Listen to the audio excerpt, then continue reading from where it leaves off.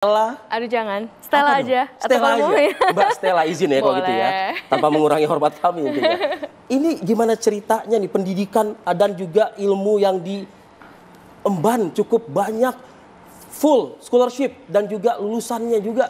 Bisa cerita secara highlight nggak sih gimana tuh? Secara highlight semuanya itu saya sangat lucky. Keberuntungan berarti? Keberuntungan, wow. Tentu saja. Saya keberuntungan dan juga keharusan. Karena saya waktu itu untuk sekolah seperti di sekolah di Amerika Serikat, orang tua saya pasti tidak mampu untuk membayarkan. Harvard University. Iya, tapi orang tua saya pasti tidak mampu untuk membayarkan kuliah di luar negeri. Dan saya mencari kesempatan, bisa nggak saya dapat. Dan saya sangat beruntung, saya mendapatkan kesempatan-kesempatan itu. Dan yang lain juga semua kesempatan dan kesenangan. Saya jatuh cinta pada riset, penelitian, karena itu sangat menarik dan sangat membawa kebahagiaan. Tapi kan bicara soal yang mengajukan untuk mendapatkan full scholarship ini kan bukan hanya 1-2 orang ya biasanya ya. Cukup banyak lah begitu. Tapi the one only Anda akhirnya berhasil meraih itu. Itu keberuntungan, Mas Arif. Itu keberuntungan. Tapi kalau saya boleh ya, saya jual nama Indonesia, makanya saya diterima di Harvard. Nah, ini menarik ya. Sungguh, karena waktu itu mungkin saya sudah pernah bercerita sekali. Tapi sebelum saya jadi wamen waktu itu saya pernah cerita di podcast. Saya itu waktu aplikasi ke Harvard, saya menulis, karena kita harus menulis essay.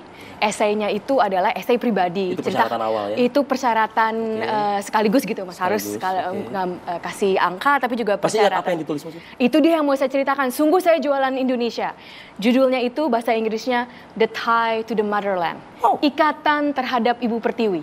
Jadi yang saya ceritakan di essay itu bukan prestasi saya, bukan apa, tapi saya itu merasa begitu terikat terhadap Ibu Pertiwi, Indonesia, dan itulah saya. Sungguh saya jualan Indonesia, makanya saya diterima. Dan mungkin itu juga yang kemudian mengetuk perhatian ya, begitu ya? Iya. Mungkin karena waktu itu jarang ada yang aplikasi dari Indonesia, jadi makanya saya bilang saya beruntung. Berarti rajin dong ya nyari-nyari. Oh harus rajin, saya ingat kalau dulu kan nggak ada internet ya, zamannya saya.